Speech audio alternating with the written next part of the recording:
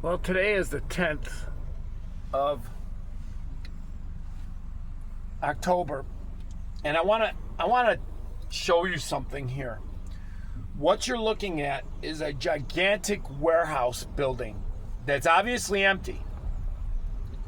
You see this? There's nobody in the parking lot. There's nothing there. This was built about 2 years ago.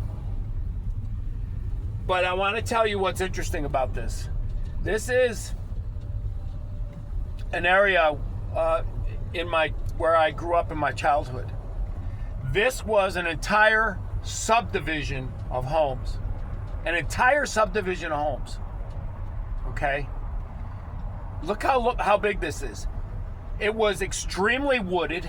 It was old. And there was even a school in here. And it's now one giant warehouse. So what they did, let me explain to you how this works. Look down there, not a single rented space in this place. Not a single. So let me explain to you what they do. You have these massive corporations that are building these things everywhere, and I don't know, look across the street, you see another one. What they do is they come into a village that has easy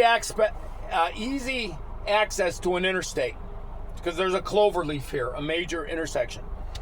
And they approach a city, a major corporation will approach the city, and they will offer the city, hey, look, we want this area, and the city will say, okay, if you can go in there and buy out every single person, so they don't use eminent domain, that is in our Constitution.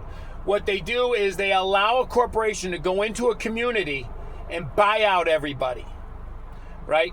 Now, on the surface, that ain't a bad idea. You can get, particularly if you hold out, you get a lot of money. So they'll buy everybody out. And then the city will rezone the area as a commercial district versus residential district. And then they will put this shit in. Now, I'm going to tell you something. I travel for a living. I travel in a multi-state area for a living. And I'm going to tell you, I'm seeing this, particularly in the state that I originate from. They do this everywhere. Everywhere. And you can see what's happening. They build them, but they don't fill them up at all. At all. And it's sad. It's sad. And I remember going through this neighborhood as a kid. As a kid. It was unincorporated. It was an older neighborhood with very mature trees. I had a friend that lived across the street on the other side of this monstrosity.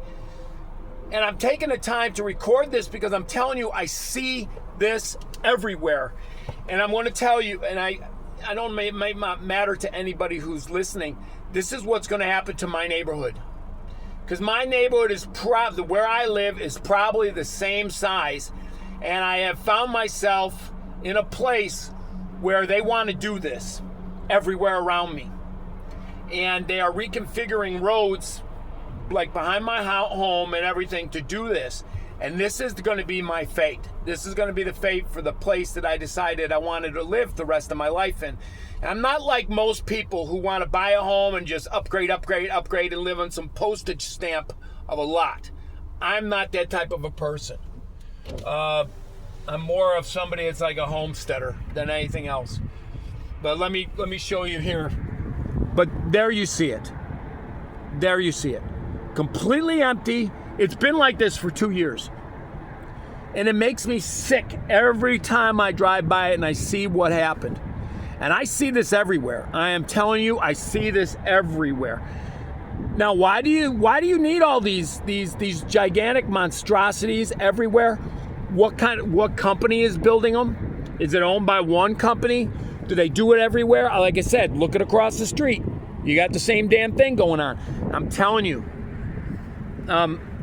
I don't see this everywhere I travel. I've been in Tennessee and Kentucky recently. I haven't seen this there, but maybe, there's people that will see this in the comment section and talk about it. But yeah, it makes me sick. It's not even used. It's not even used. And I see this all over, and particularly after COVID, even more so. So, all right, till next time.